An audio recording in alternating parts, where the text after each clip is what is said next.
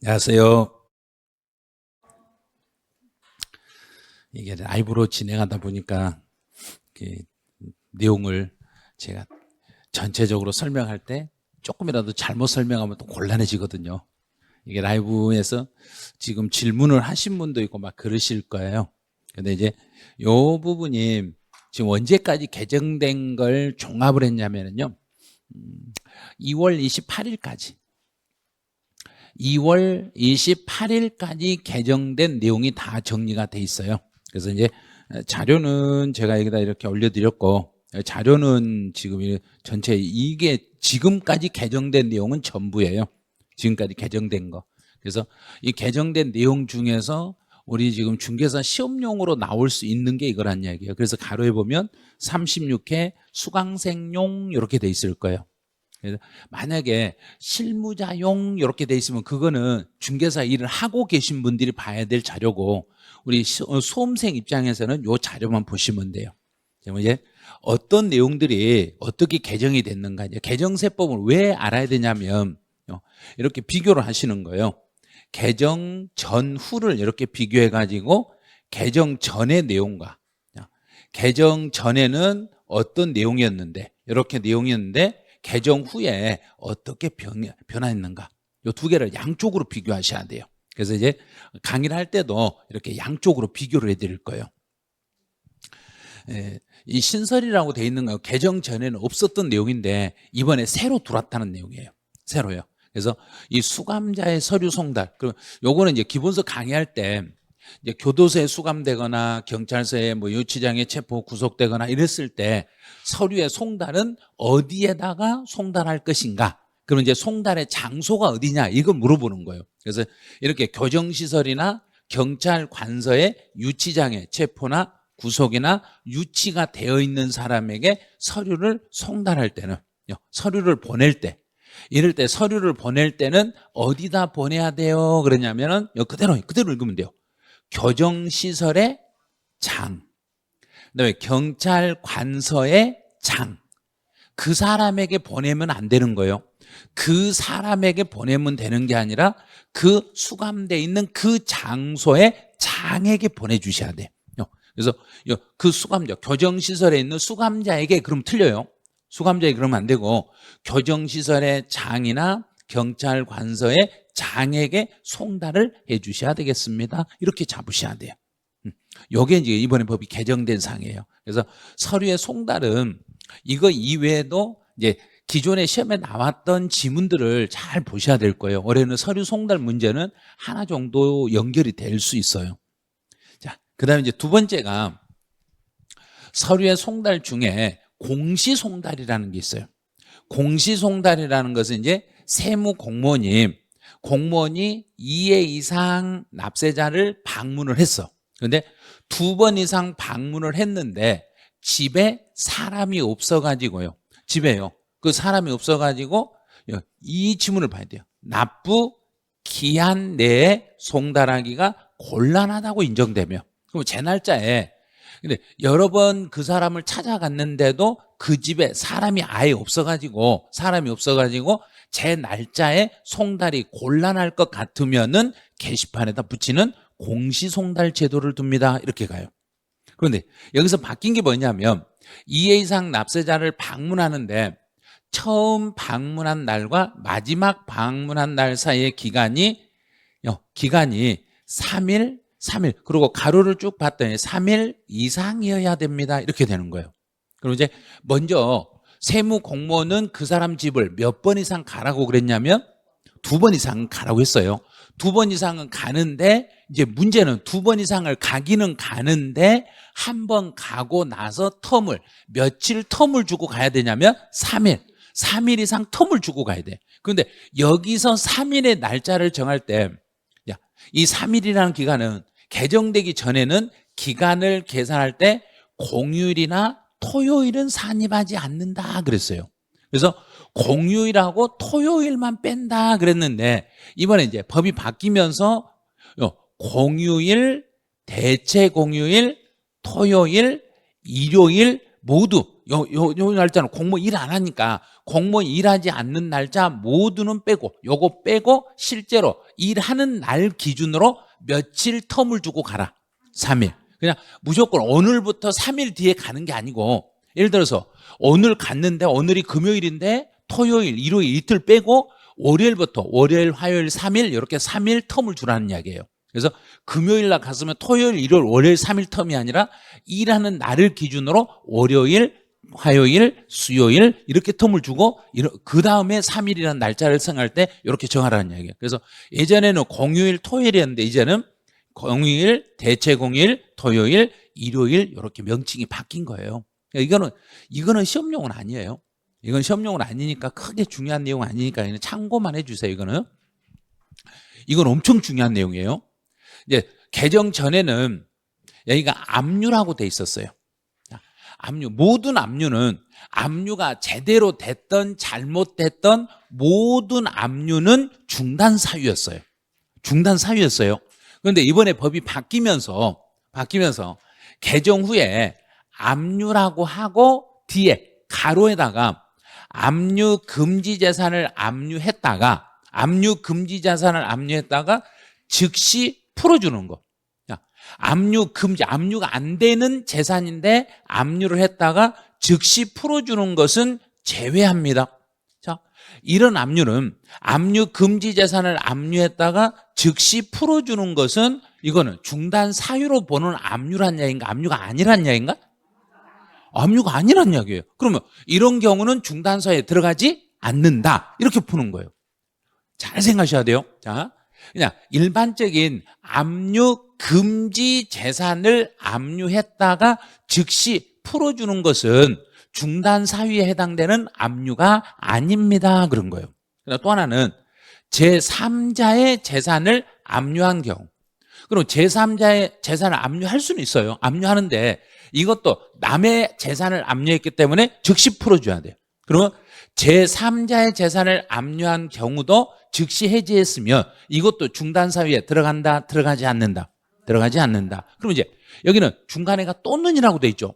그러니까 이걸 지문을 어떻게 바꿀 수 있냐면 압류 금지 재산을 압류하여 즉시 해지한 경우는 중단 사유에 해당되지 않지만 제3자의 재산을 압류하여 즉시 해지한 경우는 중단 사유에 해당이 됩니다. 이렇게 내버린다는 이야기예요. 그러니까 아주 출제위원들은 진짜로 교묘하게 내요. 출제위원들은 문제를 낼 때 그냥 너무 당연한 것처럼 문제 지문을 써놔요. 분명히요. 압류 금지 재산을 압류했다가 풀어줬을 때는 제외한다. 제3자의 재산을 압류했다가 풀어주는 것도 제외한다. 그러면 이 가로에 있는 것들은 압류로 본다는 얘기인가? 압류가 아닌 걸로 본다는 얘기인가? 아닌 거. 그러면 여기는 압류가 아니기 때문에 중단 사유에 들어간다? 안 들어간다? 안 들어간다. 그러면 일반적인 압류는 그냥 중단 사유에 들어가요. 그런데 압류가 안 되는, 그런데 압류 금지 재산을 구체적으로 열건 안 해줘요. 그래서 압류를 하면 안 되는 재산을 압류했다가 풀어줬을 때는 그때는 중단 사유가 아닙니다. 이렇게 해서 그래 주시면 돼요. 요건 오래 기억을 하신 게 좋을 거예요. 자, 요 지문은 국세에서는 작년에 법이 개정이 됐어요. 지방세에서는 올해 개정이 됐어요. 자, 여기는 지방세법이에요. 지방세는 올해 개정이 되고 국세는 작년에 개정이 됐어요. 근데 작년에 요 지문이에요. 요 지문이 작년에 개정이 돼가지고 작년에 세무사 시험에서 바로 시험 문제 출제해버렸어요. 요 지문을 그대로 출제해버렸어요. 그래서 저희는 이제 작년에 저걸 세무사 시험에서 출제를 했지만 중개사 시험에는 아직 나오기 힘들 거다. 그래서 작년에는 설명을 안 드린 거예요. 왜냐하면 작년에 지방세는 개정이 안 되고 국세만 개정이 됐으니까 반쪽짜리 개정이었어요. 근데 그걸 국세로 내면 문제가 맞는데 지방세를 해석하면 이게 틀려버리니까 그래서 문제를 내기가 어려웠던 거예요. 근데 올해는 국세든 지방세든 둘 다 법이 똑같이 개정이 됐으니 이제는 낼 수 있어요. 이제는 출제할 수 있으니까 압류 금지 재산이나 제3자의 재산을 압류했다가 즉시 풀어주는 것은 압류한 걸로 본다, 안 한 걸로 본다. 안 한 걸로 보니까 중단 사유가 아닙니다. 이렇게 해서 그래 주시면 돼요. 자, 이 부분도 법이 바뀌었어요. 자, 여기도 자, 이 신청의 대리인, 이건 뭐냐면 불복을 할 때, 우리 불복. 자, 그럼 지방세에서 불복하고 국세에서 불복은 약간 달라요. 근데 우리가 배우는 건 지방세 불복 절차를 배우는 거예요. 그럼 지방세에서 불복을 할 때 먼저 제가 불만이 있으면 그 당사자에게 이의를 제기하는 것을 이의신청. 이의신청하죠. 그 당사자에게 하는 것은 이의신청이라고 그래요. 근데 여기서 이 사람에게 했다가 여기다가 했다가 안 들어주면 그 다음에 소송하기 전에 어디를 통해서 소송을 하려 했던가? 심판 청구. 심판 청구로 갔다가 심판 청구에서도 안 들어주면은 소송으로 가는데, 그런데 이제 이 신청할 때는 내가 세법에 대한 지식이 없으니까 세법의 전문가인 변호사나 공인회계사나 세무사를 통해서 이 사람들을 대리인으로 써가지고 내가 불복을 제기하시면 돼. 그런데 금액이 너무 작았을 때는 전문가 쓸 필요 있는 거 없는가? 없죠. 자, 이게 이제 법이 바뀐 거예요. 이게 법이 바뀌었는데, 법이 바뀌기 전에는 이 신청인은 신청 금액이 1,000만 원 미만인 경우는 혈족을 대리인으로 선임할 수 있어요 그랬어요. 이제 법에서 바뀌기 전에는 지방세 같은 경우는 금액이 얼마가 안 되면은 가족 중에 한 사람이 할 수 있어요 그랬는가? 옛날에는 1,000만 원. 그런데 이번에는 법을 바꿔가지고 이제 금액이 2,000만 원. 여기를 잘 보세요. 신청 금액이 그러면 2,000만 원이면 2,000만 원이면 혈족이 가능하다 불가능하다? 불가능한 거예요. 자, 그럼 이제 이렇게 체크해야 돼요. 혈족을 대리인으로 선임할 수 있는 것은 지방세인 경우는 2,000만 원 미만, 국세인 경우는 5,000만 원 미만. 자, 두 개를 기억하셔야 돼. 그래서 문제에서 지방세 불복 절차라고 나오면은 2,000만 원 미만이면 혈족이 대리할 수 있고, 국세라고 나오면은 5,000만 원 미만이면 혈족이 대리할 수 있습니다. 이렇게 잡으셔야 돼요. 그럼 혹시 문제에서 예전에 이제 법이 바뀌기 전에는 어떻게 나왔냐면, 바뀌기 전에 이 금액을 800만 원이라고 나왔어요. 법이 바뀌기 전에 이 신청 금액이 800만 원인 경우는 혈족을 대리인으로 선임할 수 있어요. 맞았죠? 1,000만 원 안 됐으니까. 그러면 이제 이번에는 2,000만 원 미만으로 바뀌었으니까 이제는 여기다 일자를 더 붙여서 1,800만 원인 경우는, 자, 여기다요. 이 신청 금액이 1,800만 원인 경우는 혈족을 대리인으로 선임할 수 있다? 없다? 있다. 이렇게 되는 거예요. 자, 예전에는 1,000만 원 미만이니까 800이라는 용어를 썼어. 그런데 이제는 2,000만 원 미만이 됐으니까 얼마라고 쓰면 되냐면 1,800 또는 1,900 또는 1,500 이렇게 쓰는 거예요. 그런데 이제 제가 이제 문제를 낸다면 불복 청구에 대한 다음에 설명으로 잘못된 거 이렇게 찾아놓으려 해놓고 불복 청구에서 국세하고 지방세를 한 문장에다 써버려. 자, 이 신청의 청구 금액이 지방세인 경우는 2,000만 원 미만이면 혈족을 대리인으로 선임할 수 있지만 국세인 경우는 3,000만 원 미만이면 대리인을 혈족으로 선임할 수 있습니다. 틀렸어요.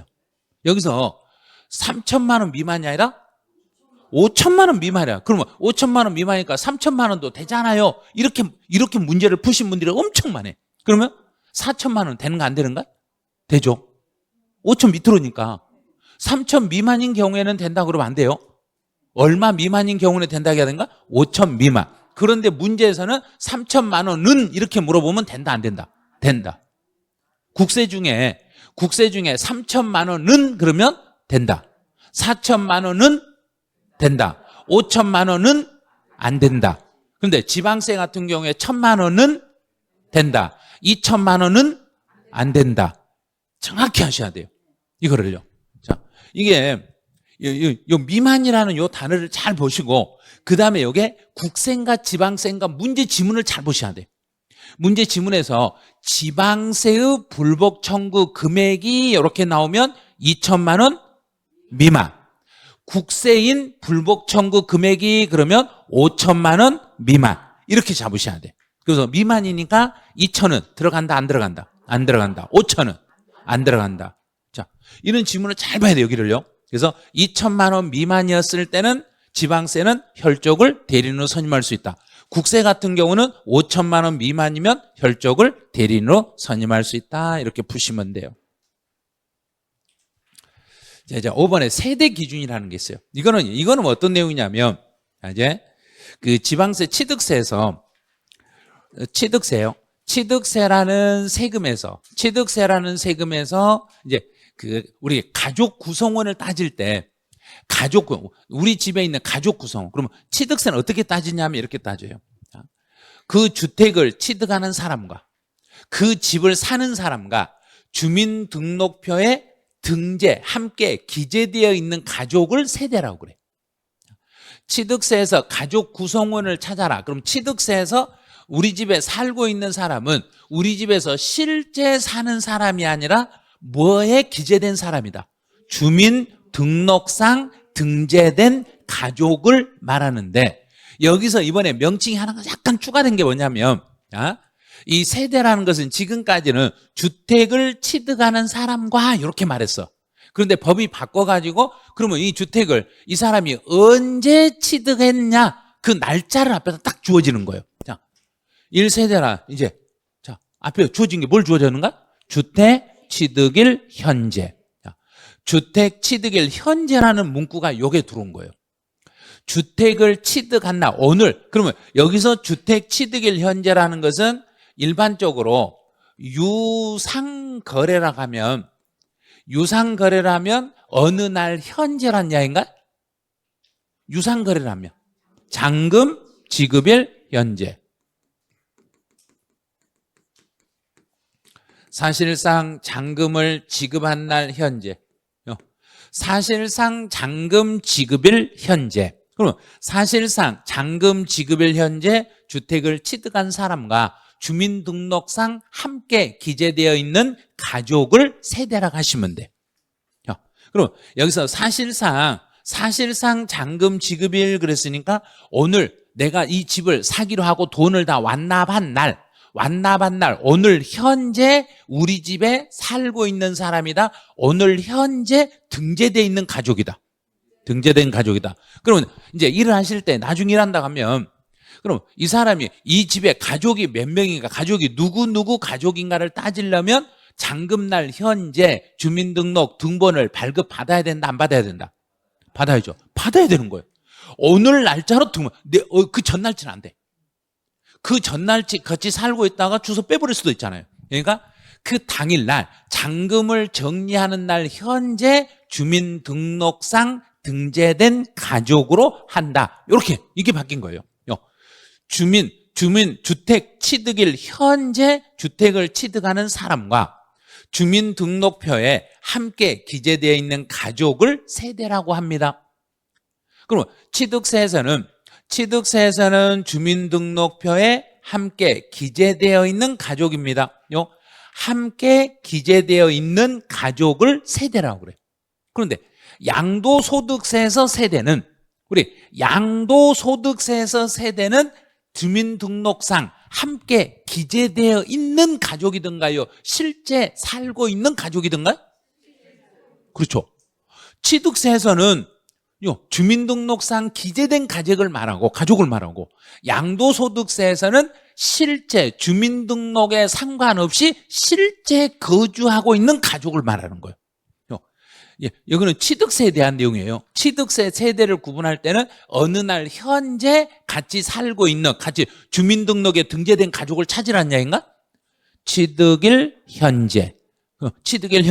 그러면 주택을 취득일 현재, 잔금을 청산한 날 현재 그 사람과 주민등록상 함께 등재되어 있는 가족을 말하겠습니다. 이렇게 법이 바뀐 거예요. 이거는 특별한 내용이 아니고요. 그 전에 주택을 취득하는 사람인데 여기에 주택을 언제 취득했는가 그 날짜가 명시가 안 되다 보니까 이번에 명시 보충을 한 거예요. 잔금 청산일, 취득일 현재 시점에서 주민등록상 함께 기재된 가족으로 명칭이 약간만 바뀐 거예요. 그런데 이제 6번 같은 경우는 취득세, 비과세 쪽에서 바뀐 규정이에요. 개정되기 전에는 어떤 거냐면 차량의 초과로 차 수명이 다 된 것을 상속을 받으면 우리 차 수명이 다 된 걸 상속을 받아도 원래는 취득세 대상인가 대상은 아닌가요? 대상이죠. 취득세 대상이에요.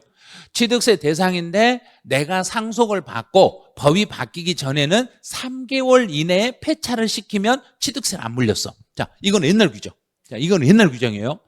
그런데 우리가 상속을 받으면 취득세 신고는 상속을 받았을 때 취득세 신고는 우리나라에 주소가 있는 사람이라면 몇 개월 안에 신고를 해야 되고 6개월.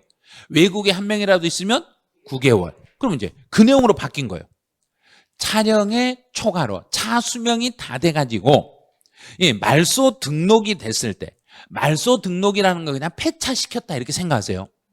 차 수명이 다 된 차를 상속을 받아서 폐차를 시킬 때 취득세 신고 기한 안에만 해버리면 된다는 이야기예요. 그러면 취득세 상속을 받았을 때 신고는 상속 개시일이 속하는 달의 말일부터 우리나라에 주소가 있으면 몇 개월 안에 하셔야 되고 6개월 안에 하셔야 되고 외국에 한 명이라도 주소가 있으면 9개월 안에 하시면 되겠습니다. 그래서 이제 요 취득세 신고 날짜하고 똑같이 바뀐 거예요. 그러니까 예전에는 상속을 받고 신고하기 전에 3개월 안에 말소를 시켜야 되는데 지금 3개월이 아니라 그냥 6개월 안에만 말소시키면 취득세는 물리지 아니합니다. 이제 취득세에서 개정된 건 이 정도예요. 이제 7번 이제 종합부동산세예요.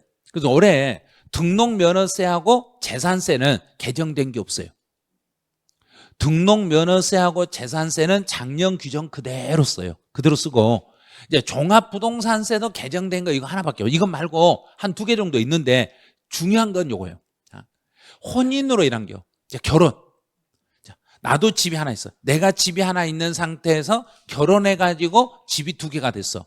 나도 집이 하나고 내 배우자도 집이 하나면 우리는 결혼하고 나서도 몇 년 동안은 주택을 각각 봐줬냐면 법이 바뀌기 전에는 5년이었어요. 근데 이번에 법이 바뀌어가지고 작년 11월 달에 이건 법이 바뀌어가지고 결혼해가지고 집이 1세대가 각각 집 있는 사람이 결혼해서 1세대 2주택이 되더라도 이제는 10년 동안은 10년 동안은 각각 1세대로 보아서 종합부동산세를 부과합니다. 그럼 집 하나씩 가진 사람이 결혼했더라도 결혼하고 나서 몇 년 동안은 혜택을 볼 수 있다는 얘기인가? 10년 동안은 혜택을 봅니다. 이 내용은 종합부동산세 용어 정리 안에 교재가 없어요. 이런 내용 교재에 넣어놓진 않아요. 왜냐하면 양도소득세가 똑같으니까.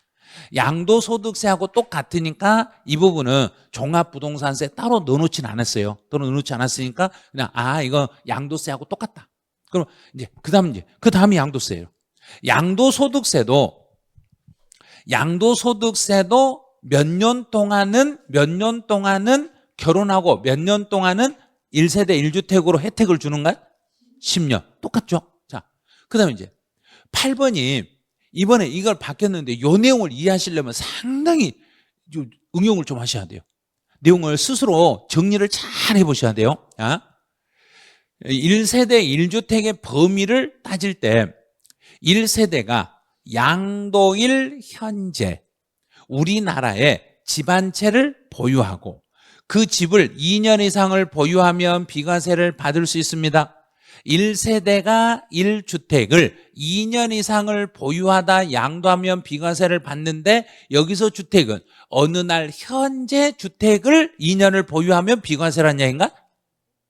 양도일 현재. 자, 그러면 여기 양도일이라는 것은 어느 날 현재를 말한다. 양도일 현재니까 사실상 그 다음 대금 청산일. 사실상 대금을 청산한 날을 기준으로 합니다.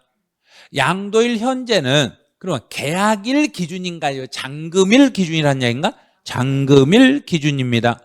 잔금일 기준인데 이번에 이제 법이 약간 바뀌어서 가로가 하나 들어왔어요. 자, 가로가 들어왔네요. 주택 매매 계약을 체결한 후. 자, 그러면 주택 매매 계약을 체결했으니까 주택의 매매 계약을 체결했으니까 일단 집으로 팔았는가요? 상가로 팔았는가요? 집으로. 이건 스스로 해결하셔야 돼요. 애울라가면 안 돼요, 이건. 자, 다시.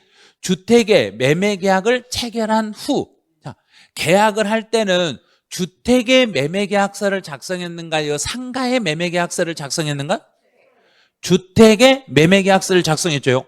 주택의 매매 계약서를 체결한 후에 그 계약에 따라 주택을 주택 이외 용도로 변경했습니다. 그러면 해당 계약에 따라, 그럼 계약서를 작성할 때 내가 집으로 넘겨주겠다는 이야기인가? 용도를 변경해서 넘겨주겠다는 이야기인가? 용도를 변경해서. 자, 해당 계약에 따라서 주택 이외의 용도로 변경하여. 그러면 일단 주택의 매매 계약을 체결하면서 그 계약 조건에다가 주택 이외 용도로 변경을 해서, 자, 용도 변경하여 양도하는 경우에는, 자, 용도를 변경해서 양도하는 경우에는 해당 주택의 어느 날을 말한다 그랬는가? 매매 계약일. 그러면 잔금 청산일로 보고 있는가? 매매 계약일로 보고 있는가? 매매 계약일. 그러면 매매 계약일 현재 집을 몇 개 가지고 있어야 되고? 하나. 매매 계약일 현재 집을 하나 가지고 있고 그 집을 보유기간 몇 년을 하고 있으며 2년 보유하며, 그러면 잔금날, 잔금 청산일 현재는 주택이란 이야기인가? 상가란 이야기인가? 상가지만 내가 계약을 하는 시점에서는 계약할 때는 주택으로 계약했다, 상가로 계약했다? 주택으로. 그럼 내가 팔아먹는 사람 입장에서는 나는 지금 상가를 팔아먹었다, 주택을 팔아먹었다? 주택을 팔았다. 이거 해석하셔야 돼요. 해석을 못 하시면 안 돼, 이건. 내가 팔아먹을 때는, 계약을 할 때는 주택으로 매매 계약을 체결하고 그 계약에 따라서 주택을 주택 이외의 용도로 변경해서 넘겨줄 때는 잔금 청산일 현재 주택으로 판단한다, 매매 계약일 현재 주택으로 판단한다? 매매 계약일 현재 주택이면 그 주택을 몇 년 보유하다, 양도하며 2년 보유하다. 그러면 이때는 잔금날까지 2년 보유다, 계약일까지 2년 보유다? 바로 그 말이에요. 매매 계약서 작성한 날까지 2년을 보유했어야만 비과세 혜택을 주겠다는 이야기예요.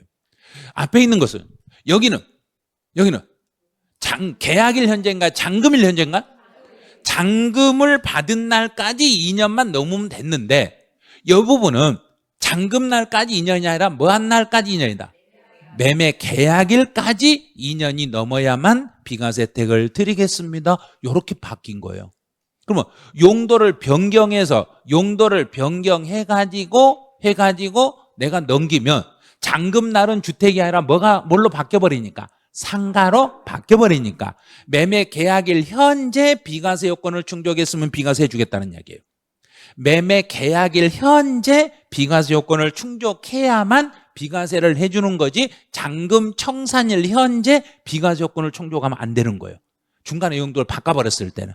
자, 그래서 이 부분은 요 단서조항에 있는 가로에 있는 거, 여기가 자, 개정이 돼가지고 이 부분을 출제할 확률이 엄청 높아진 거예요. 자, 이거는 2월 28일 날 개정이 됐기 때문에 우리 교재는, 우리 지금 이 통합이론서는 11월 달에 책이 나왔기 때문에 이 내용은 기재가 안 돼 있어요. 자, 그 다음에 이제 9번에 혼인의뢰는, 이거는 11월 달에 개정이 됐으니까 교재에 이미 반영이 돼 있어요. 요거는 이미 반영이 돼 있어요. 결혼할 때 나도 집이 하나 있고 배우자도 집이 하나 있으면 나와 배우자는 1세대, 이제 1주택이 아니라 1세대 2주택이 되더라도 결혼하고 나서 몇 년까지는 1주택으로 봐주겠다. 10년. 자, 여기서는 혼인한 날로부터 10년 동안은 각각으로 봐서 10년 안에 둘 중에 하나를 팔면 1주택으로 봐서 비과세 혜택을 드리겠습니다. 이렇게 가는 거예요. 여기는. 이거는 뭐 이제 수업 시간에도 계속 하는 내용이라 그렇게 어렵진 않으실 거예요. 이제 양도 차익을 산정할 때 이 부분도 법이 또 바뀌었어요. 왜 바뀌었기 때문에, 자, 개정되기 전에는 토지와 건물을 함께 취득하거나 함께 양도해서 내가 실제로 건물 가격하고 토지 가격을 내 임의로 구분해 가지고 정부에서 하는 방식과 내 방식이 30% 이상 차이가 나면은 내가 구분한 방식은 제대로 한 방법으로 본다, 잘못된 방식으로 본다. 잘못된 방식으로 보겠습니다. 이게 옛날 규정이에요. 근데 이제 이번에 단서가 신설됐어. 자, 여기 단서가 신설됐으니까 이제 단서를 잘 봐야 돼요. 30% 이상 차이가 발생했더라도, 자, 30% 이상 차이가 발생했더라도 이걸 내 임의로 하는 게 아니라 다른 법령에 있는 걸 참고해 가지고 그것대로 내가 구분 표시했을 때는 정부 안과 내가 구분하는 게 30% 이상 차이가 나더라도 다른 법률에 따라서 했을 때는 나는 잘못된 방식이다. 내가 하는 방식은 그대로 인정을 받는다. 인정받는다. 자, 이 내용이에요.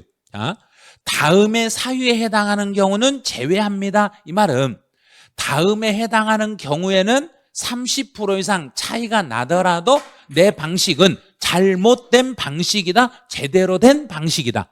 제대로 된 방식이다.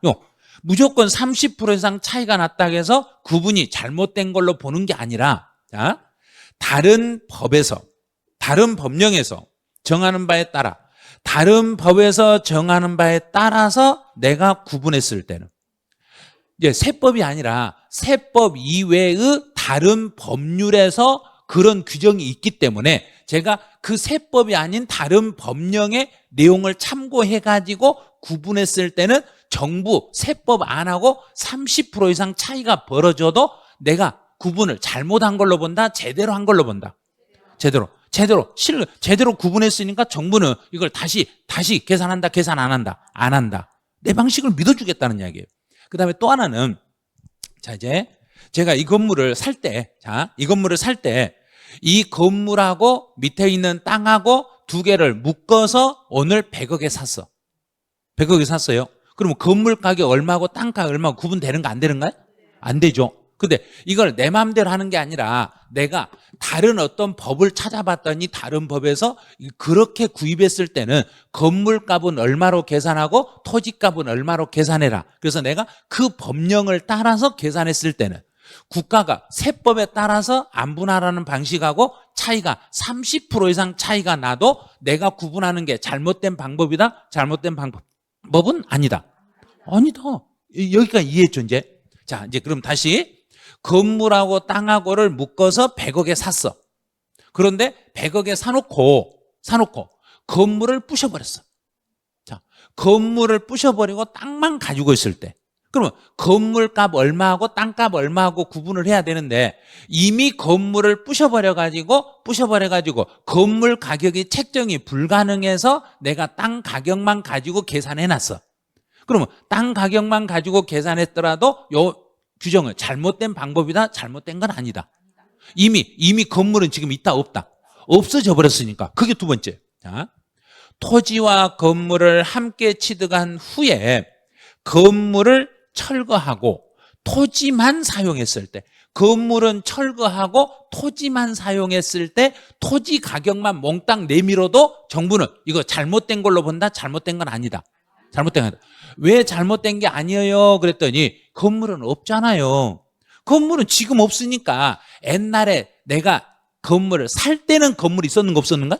있었죠. 그런데 취득한 후에 건물을 철거해버리고 땅만을 가지고 있을 때는 가격 구분이 잘못되더라도 정부는 인정해준다, 인정 안 해준다? 인정해드리겠습니다. 그래서 이 두 가지. 자, 두 가지 다시. 내가 구분하는 방식과 내 구분 방식과 정부에서 세법에서 안분하는 방식의 차이가 30% 이상 차이가 벌어지면 내 구분을 원래는 제대로 된 걸로 본다, 잘못된 걸로 본다? 잘못된 걸로 본다. 그런데 단 내가 구분하는 게 내 임의로 구분하는 게 아니라 다른 법령에 따라서 내가 구분했을 때는 차이가 나도 잘못된 걸로 본다, 잘못 안 된 걸로 본다? 잘못 안 된 거, 정상적으로 구분한 걸로 본다. 또 두 번째는 토지와 건물을 일괄적으로 구입해서 건물은 철거해버리고 땅만 가지고 있는 상태에서도 구분이 잘못되더라도 그거 잘못됐다고 본다? 진짜 제대로 됐다고 본다? 제대로 됐다고 해석하겠습니다. 올해는 요 두 개 단서 좋아. 요 규정도 문제로 출제될 수 있는 지문들이에요. 요것도 출제할 수 있는 지문이에요. 이 부분도. 이제 11번. 자, 이 부분은 2023년에 법이 개정이 돼가지고 2025년 올 1월 1일부터 새로 시행하는 법이에요. 이거는 중개사 시험에서는 출제하면 출제위원이 아마 쌍욕을 들을지도 몰라요. 이거는 어마어마하게 어려워요. 엄청 어려워요. 어떤 내용이냐면 이거예요. 처음에 제가 상가를 취득했어. 중간에 주택으로 용도 변경을 했어. 나중에 주택으로 팔아먹었어. 지금 팔아먹을 때 뭘로 팔아먹었는가? 주택. 저 주택. 그런데 내가 이것 말고 다른 건 아무것도 가진 게 없어. 내가 이거 하나밖에 없어. 그럼 하나밖에 없으니까 1세대 1주택. 자, 1세대 1주택이고 이 집에 들어가서 2년 이상만 거주했더라면 장기 보유 특별 공제를 받을 때 공제율이 보유 기간에 몇 프로? 4%씩. 매년 4%씩. 거주 기간에 4%씩. 자, 그러면 자, 여기서 이제 자, 보유 기간은 상가를 보유했을 때부터 여기서부터 여기 끝까지 보유 기간을 다 인정해 준다. 주택일 때만 인정해 준다. 다 인정해 줘요. 다 인정해 줘요. 자, 그런데 다 인정하는데 지금 팔아먹을 때 상가로 팔았는가 주택으로 팔았는가? 주택. 자, 그런데 또 이 사람이 여기서 주택으로 용도 변경해 가지고 이 집에 들어가서 여기 들어가서 이제 이때 거주를 했어. 거주 기간이 몇 년만 넘으면 2년만 넘으면 거주 기간이 2년 이상만 되면 자, 거주 기간이 2년 이상만 되면 보유의 몇 프로씩 인정하고 4%씩 인정하고 거주의 몇 프로씩 인정하고 4%씩 인정합니다. 보유의 4%씩 인정하고 거주의 4%씩 인정하는데 자, 이제 각각 인정하는데 각각 한번 해볼까요? 자, 그럼 여기 예를 들어서 자, 상가로 취득해서 상가로 보유했던 시간을 예를 들어서 상가로 보유한 시간이 5년이고 주택으로 변경이 돼가지고 주택으로 변경이 돼서 주택으로 양도할 때까지 보유기간이 3년이었습니다. 그 다음에 주택으로 거주기간이 3년이었습니다. 이렇게 3년 거주했습니다. 이 경우에 장기보유 특별공제를 계산할 때 자, 여기 5년은 자, 이때 여기서 자, 이 5년은 여기 앞에 5년은 곱하기 몇 프로 인정하고 자, 그러면 여기 3년에 보유기간에 2년 이상을 거주했으니까 보유기간 3년에 몇 프로 인정하고 4%. 여기 4% 인정하니까 곱해보세요. 12%. 자, 그럼 5년에 몇 프로 인정하고 자, 그럼 몇 프로? 10%. 두 개 더하니까 22%. 그래서 보유기간은 22% 인정하고 자, 거주기간은 3년이니까 3년 곱하기 4%. 4% 인정하니까 3, 4, 12% 인정해서 다 합치니까 이제 34%. 이렇게 인정하겠습니다. 이렇게 되는 거예요. 이걸 문제를 풀라고 내면 상가로 주택으로 용도 변경이 되더라도 예전에 주택으로 바뀌기 전까지는 4%가 아니라 몇 프로?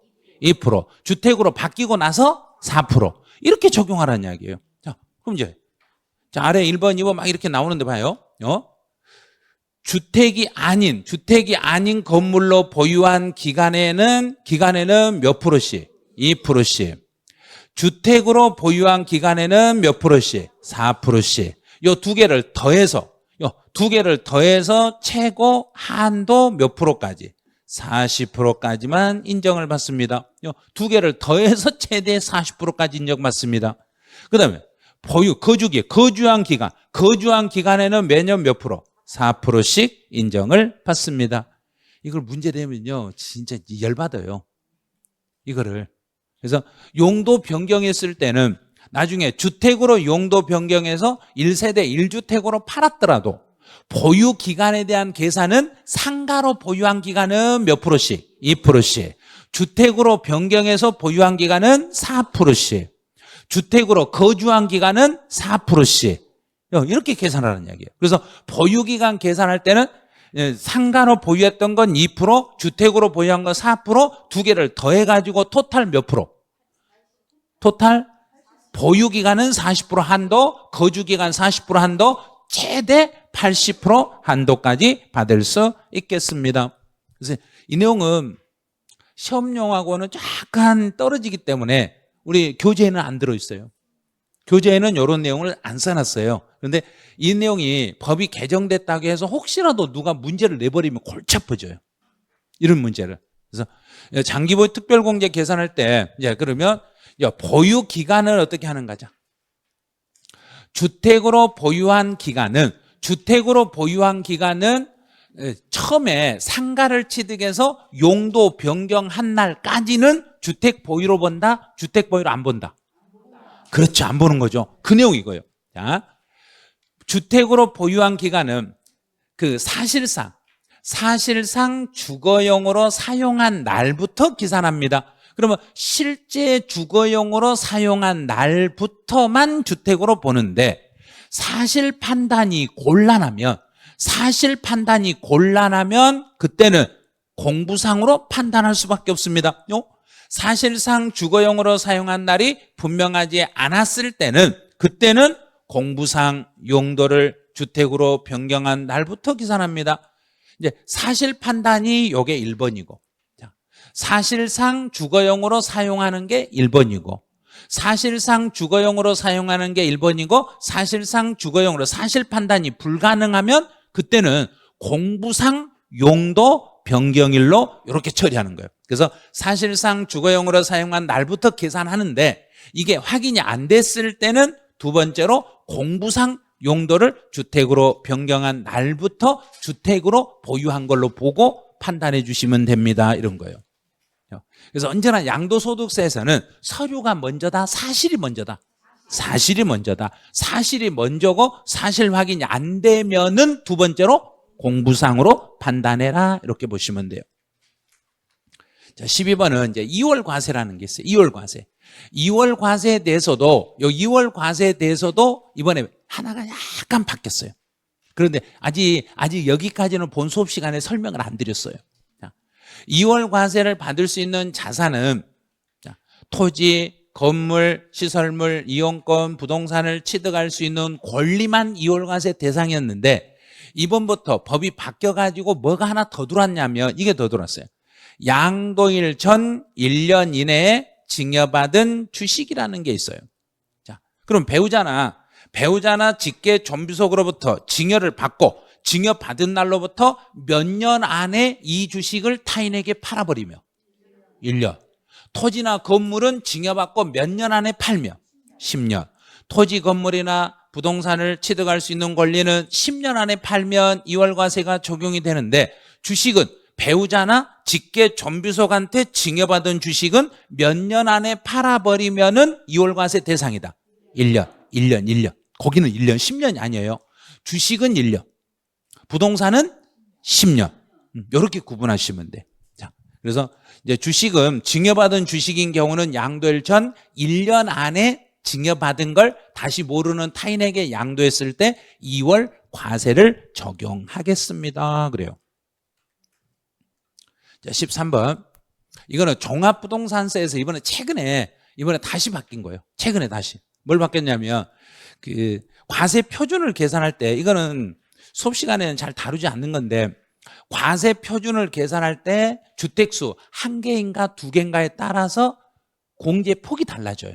그럼 이제 어떻게 달랐냐면 만약에 제가 1세대가 2주택을 가지고 있으며 1세대 2주택인 경우는 내 주택의 공시가격을 다 합한 금액에서 얼마를 빼고 공정시장 가액비를 곱하고 1세대 2주택이면 9억 1세대 2주택이면 9억 1세대 1주택이면 12억 1세대 1주택이었을 때는 12억을 빼고 공정시장 가액비를 곱하고 1세대 2주택이면 9억을 빼고 공정시장 가액비를 곱하는데 만약에 제가 서울에 집이 하나 있고 지방에 저가주택이 하나 있어.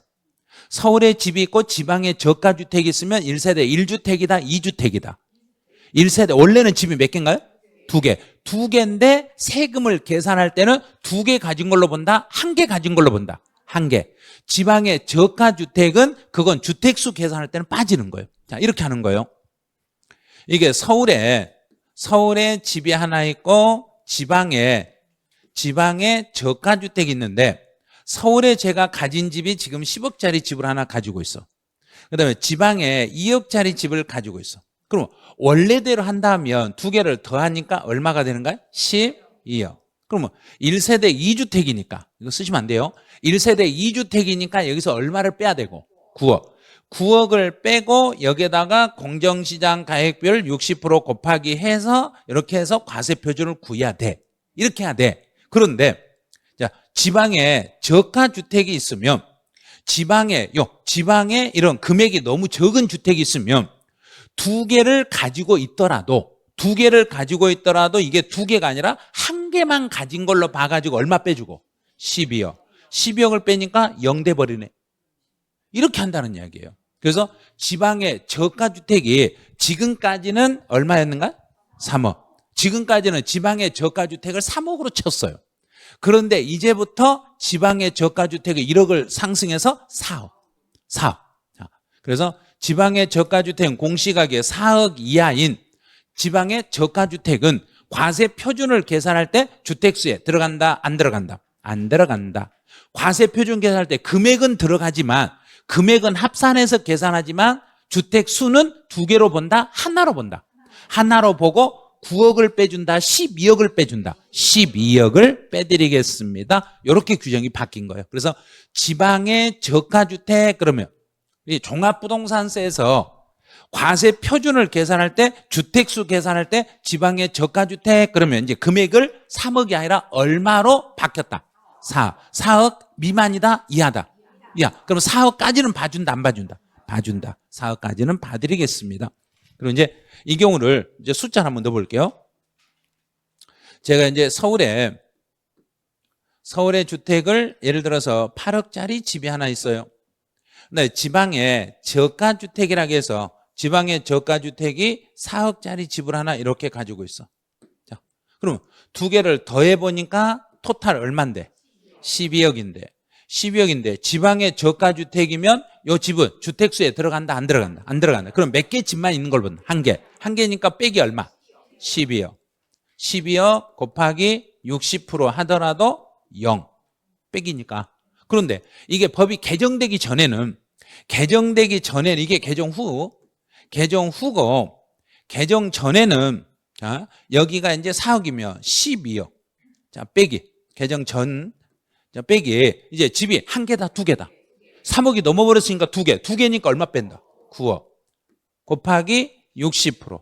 곱하기 60% 하면 12억에서 9억을 빼면 3억. 3억에다 60 곱하면 1억 8천. 그럼 요거 하나가 저가주택 3억에서 4억으로 바뀌는 순간 세금이 나오는 거 안 나와버린가? 안 나오죠. 많은 분이 혜택을 본다는 이야기예요. 이런 식으로. 그래서 법이 이렇게 개정이 되면 이렇게 개정된 내용들은 나중에 중개사 일을 할 때 바로바로 적용해서 의뢰인들에게 상담을 할 줄 알아야 돼요. 이런 것들을.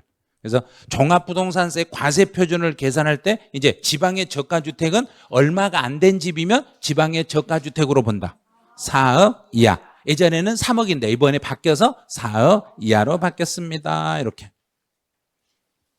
자, 여기까지가 이제 법이 개정된 내용이에요. 자, 개정된 내용이 여기까지 해서 이제 지문이 다 이제 개정이 어떻게 됐는가를 봤어, 이제. 그럼 이 내용을 시험 문제로 어떤 식으로 시험 문제가 지문이 출제가 가능한지 이제 그 지문을 만들어 봐야 돼. 이제는. 근데 시험 문제를 출제한다고 하면 이제 이 개정된 내용을 가지고 어떤 식으로 문제를 출제하겠는지 이제 이거 한번 분석해 보는 거예요. 이제부터. 자, 이제 스스로 이제 찾아내야 돼요.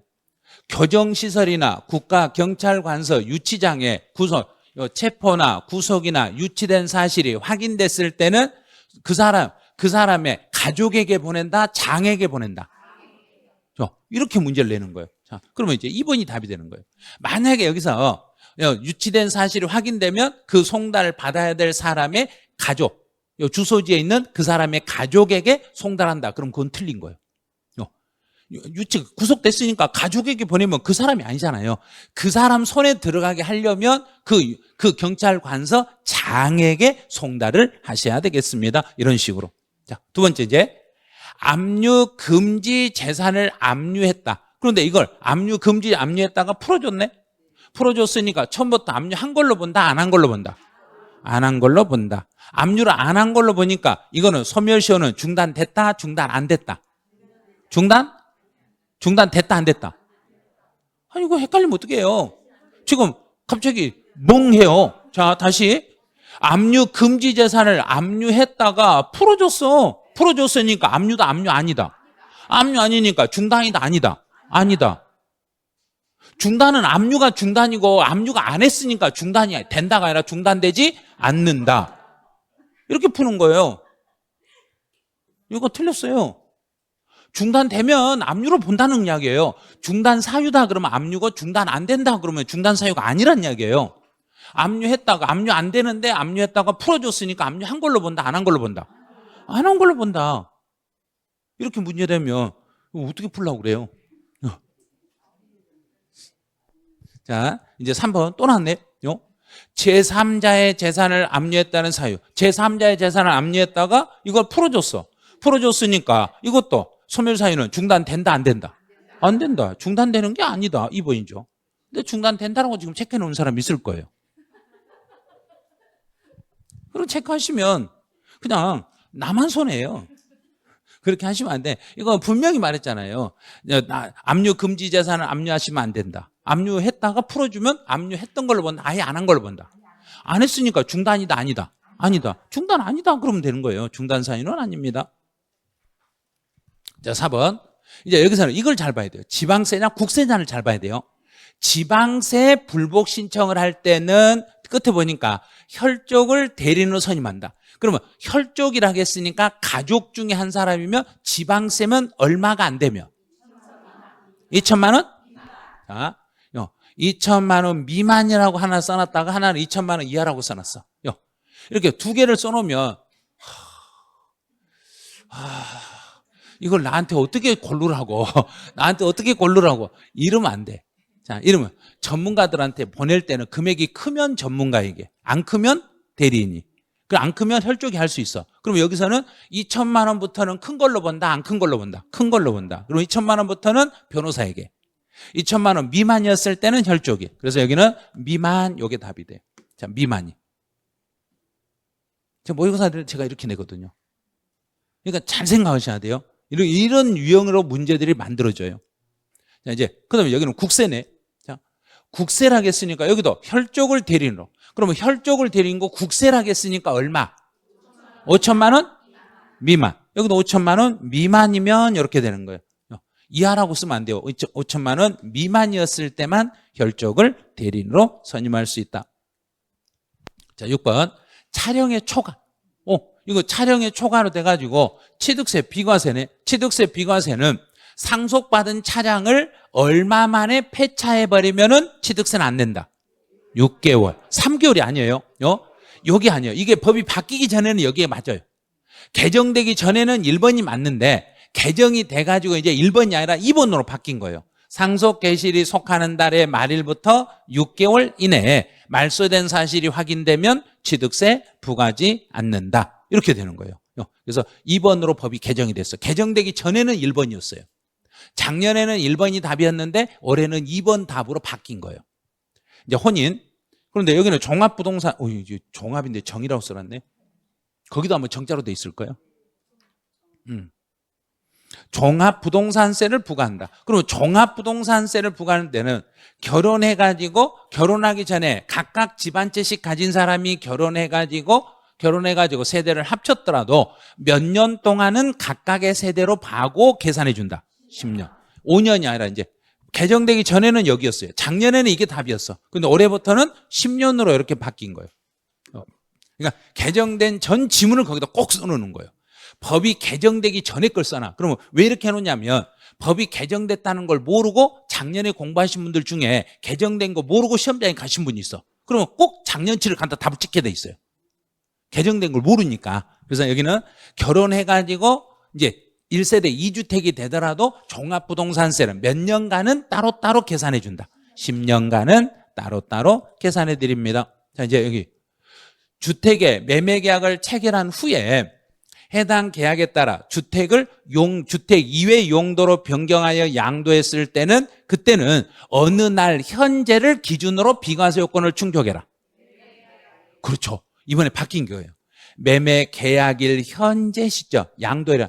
원칙은 내가 집을 그대로 매매했을 때는 어느 날 현재인데 양도일 현재인데 내가 주택을 매매 계약을 체결하고 약정에 따라서 주택 이외 용도로 변경해서 넘겼을 때는 어느 날 현재 비과세 요건을 충족해라.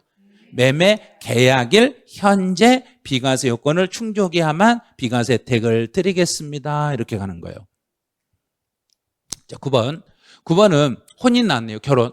자, 이것도 이제 법이 바뀌어서 1주택을 가진 사람과 결혼했을 때는 몇 년 동안은 각각의 세대로 보고 10년. 그럼 여기도 10년으로 바뀐 거예요. 이렇게요. 종합부동산세든 양도소득세든 모두 10년으로 바뀌었습니다. 그래요. 이제 10번. 요 지문을 조심해야 돼요. 이런 지문.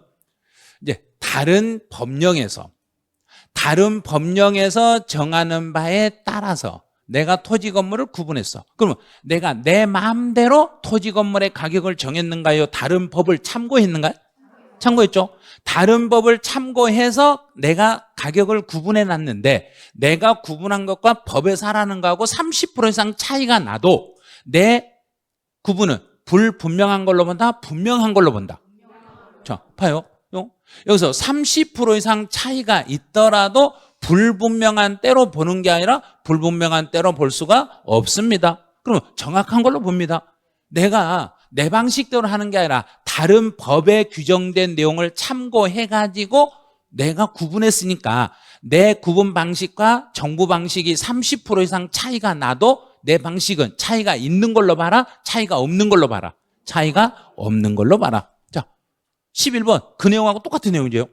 토지와 건물을 함께 취득한 후에 건물을 철거하고 토지만 사용했을 때 건물은 철거해버리고 토지만 사용을 하더라도 이 경우도 30% 이상 차이가 나도 내 방식은 잘못된 방식이다, 제대로 된 방식이다. 제대로 된 방식이다. 불분명한 때로 보는 게 아니라 분명한 걸로 봐드리겠습니다. 이렇게. 이제 12번 2월 과세는요. 징여받은. 누구한테 징여받았냐면 배우자나 직계 존비속한테 2월 과세 적용이라는 건 배우자나 직계 존비속에게 징여받은 주식은 받고 나서 몇 년 안에 양도하면 2월 과세 적용해라. 2년이 아니에요. 1년이에요. 이게 1년, 2년 아니에요. 자, 그러면 만약에 혹시라도 내가 배우자한테 토지나 건물을 징여받고 정부에게 몇 년 안에 수용이 되면은 2월 과세를 적용하지 않는다. 내가 수용된 것을 내가 배우자한테 땅을 징여받은 땅을 정부에게 수용을 당하면 정부가 너 2월 과세 적용해. 그리고 세금 더 내. 그러면 내가 기분 좋아한다, 기분 나쁘다. 기분 나쁠 때 욕하는 거. 저 그래요. 몇 년 안에 수용당하면 2월 과세 적용하지 않는다. 2년 안에 수용당했을 때는 그때는 적용하지 아니한다. 이렇게 가는 거예요. 13번 종합부동산세 과세표준을 적용할 때 지방의 저가주택을 함께 소유하고 있는 경우에 지방의 저가주택을 내가 도시에 있는 집안하고 지방의 저가주택을 함께 가지고 있어도 1세대 1주택자로 간주하는 것을 이제 금액이 얼마로 바뀌었다? 4억 이하. 4억요. 4억 이하였을 때 이걸로 바뀐 거예요. 지금까지는 3억이었지만 이제 법이 바뀌어서 4억 이하가 됐을 때는 주택수 계산에서 빠지는 거예요. 그럼 4억 이하가 되더라도 과세 표준을 계산할 때 금액도 빠진다. 금액은 포함한다. 금액은 포함하고 주택수만 몇 개로 본다? 한 개로 본다. 금액은 포함해서 계산하되 한 개로 봐서 12억을 빼고 계산해 드리겠습니다. 이렇게 되는 거예요. 여기까지 해서 이제 개정된 내용을 문제 지문으로 나오는 것까지 다 봐드렸어요. 다 봐드렸으니까 이제 마지막 멘트. 원래 원장님이 2시간을 예정을 한다는데 2시간 이거 할 분량이 아니에요. 개정세법 1시간밖에 안 돼요. 자, 할 수 있다는 믿음으로 하세요. 안 된다고 절대 하지 마시고 할 수 있다고 생각을 하세요. 힘들더라도 끝까지 가세요. 끝까지 가세요. 그랬어요. 끝까지 가면 제가 이제 시험 보기 전날이라도 안 되면 시험 보기 전날에 이런 것들이 시험에 나올 거예요 하고 또 알려주기도 하고 막 그러거든요. 그러니까 끝까지만 따라오시면 돼. 끝까지만 따라오시면 제가 중간중간 이거는 법이 개정이 됐으면 이렇게 개정됐다고 알려드릴 거고 지금 한번 했으면 아마 7월 달에 가서 오늘 이후에 개정된 게 많으면 다시 한번 할 거고 이것 말고 개정된 게 없으면 이제 더 이상은 개정세법은 강의하지 않아요. 원래 7월 달에 해드리려고 했거든요. 그런데 3월 첫 번째부터 이걸 해달라고 해서 지금 해드린 거예요. 왜냐하면 미리서 알아야 된다. 개정된 세법을 미리서 알아야 된다. 왜냐하면 교재를 작년 교재 가지신 분들이 개정세법이 어디가 어떻게 바뀌었는지 좀 알려주라 그러더라고요.